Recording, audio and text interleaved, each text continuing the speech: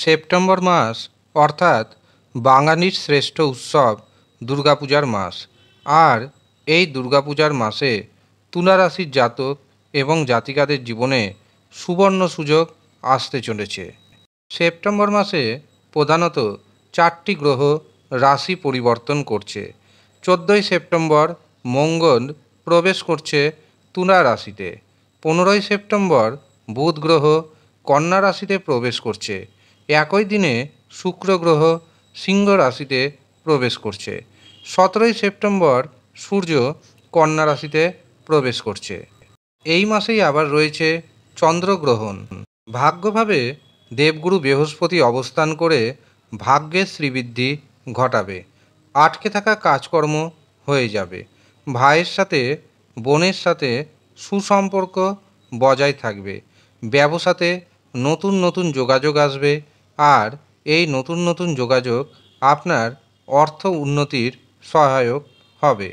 15ই September পর্যন্ত কর্মভাবে অবস্থান করবে শুক্র গ্রহ এবং কর্মভাবে অবস্থান করে কর্মের উন্নতি ঘটাবে।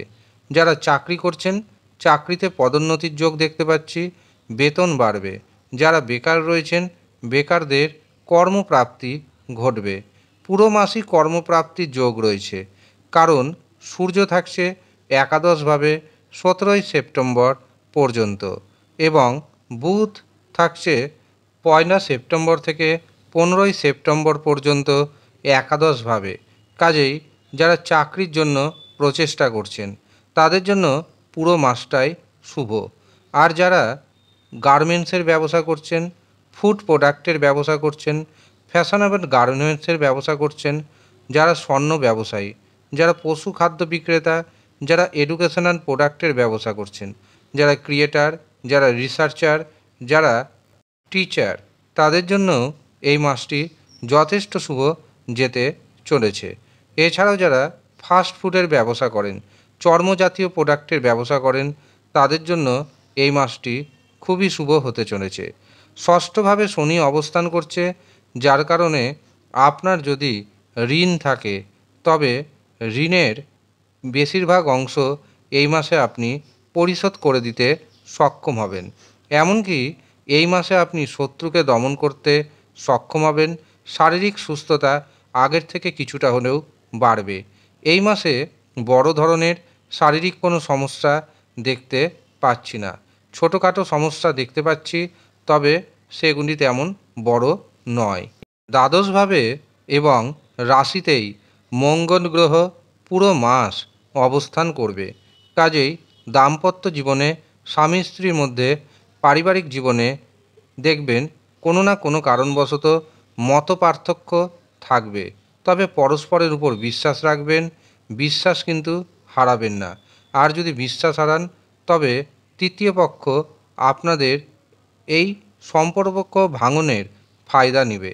পরস্পরের উপর বিশ্বাস রাখুন, আস্থা রাখুন, মাথা গরম কিন্তু করবেন না, তবেই দেখবেন সম্পর্ক ঠিকঠাক থেকে যাবে। দীর্ঘদিন ধরে যারা একাকী জীবনে রয়েছেন তাদের 15ই সেপ্টেম্বরের পর থেকে জীবনে নতুন প্রেম আসতে চলেছে, কারণ শুক্র 15ই সেপ্টেম্বর একাদশভাবে প্রবেশ করবে। এছাড়াও এই সময় দেখবেন বিপরীত লিঙ্গের প্রতি আকর্ষণ আপনার আগের থেকে অনেকটাই বাড়বে। তবে অবৈধ কোনো সম্পর্কে যাবেন না, আর যদি যান তবে তা আপনার পক্ষে অহিতকর বলে প্রতিপন্ন হবে। পঞ্চমভাবে রাহুর অবস্থান আপনাকে হঠাৎ অর্থপ্রাপ্তি এনে দিবে। কাজেই যারা টিকিট কাটছেন অবশ্যই এই মাসে টিকিট কাটুন, নিজের দায়িত্বে টিকিট কাটুন। এমনকি ভাগ্যের শুভ সংখ্যা অনুযায়ী সঠিক পদ্ধতি মেনে যদি টিকিট কাটতে পারেন আপনার কিন্তু জীবন ঘুরে যেতে পারে। একটি টিকিটেই আপনি হয়ে যেতে পারেন হঠাৎ করেই কোটিপতি।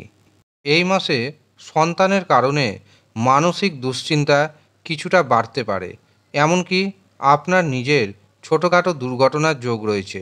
কাজেই সাবধানে গাড়ি চালাবেন, সাবধানে রাস্তা পারাপার হবেন।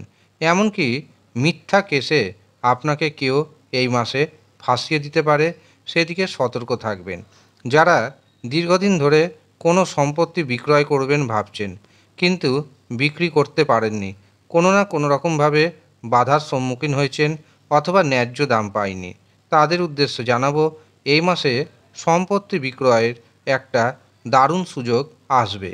শুধু তাই নয়, যারা নতুন সম্পত্তি কিনতে চাইছেন, জমি, জায়গা, গাড়ি, বাড়ি, তাদেরও কিন্তু একটা দারুণ সুযোগ আসতে চলেছে এই মাসে। যারা বিবাহর জন্য পাত্রপাত্রী দেখাশোনা করছেন, তাদের উদ্দেশ্যে জানাবো, এই মাসে পছন্দসই পাত্রপাত্রীর সন্ধান পাবেন, এমনকি আপনার বিবাহের দিনক্ষণ ঠিক হয়ে যাবে। যারা প্রেম সম্পর্কে রয়েছেন, প্রেমকে বিবাহে পরিণতি দিবেন ভাবছেন, কিন্তু বাড়িতে জানাতে পারছেন না, আমি পরামর্শ দিব 15ই সেপ্টেম্বরের পর আপনাদের সম্পর্কের বিষয়টি বাড়ির গার্জেনকে জানান, অবশ্যই ইতিবাচক উত্তর পাবেন। এছাড়াও যাদের প্রথম বিবাহ ভেঙে গেছে, তাদের জীবনে দ্বিতীয় বিবাহ আগমন ঘটতে চলেছে। সামান্য কম্প্রোমাইজ করুন, সামান্য প্রচেষ্টা করুন, আপনার দ্বিতীয় বিবাহের সমস্ত কিছু ঠিকঠাক হয়ে যাবে। উপায় হিসাবে এই মাসে নিয়মিতভাবে হনুমান চালিসা পাঠ করুন, মাতা দুর্গা দেবীর আরাধনা করুন। আরেকটি গুরুত্বপূর্ণ কথা, 15ই সেপ্টেম্বরের পরবর্তী সময়ে বড় ধরনের কোনো সিদ্ধান্ত গ্রহণ করবেন না। প্রয়োজনে জ্যোতিষীয় পরামর্শ নিন বা শুভচিন্তকের পরামর্শ নিন।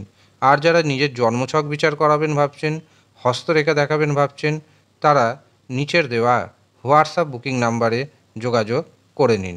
সামান্য অর্থ আপনাকে পারিশ্রমিক হিসাবে প্রদান করতে হবে। যারা ইচ্ছুক, শুধুমাত্র তারাই নিচের দেওয়া হোয়াটসঅ্যাপ বুকিং নাম্বারে যোগাযোগ করবেন। ধন্যবাদ।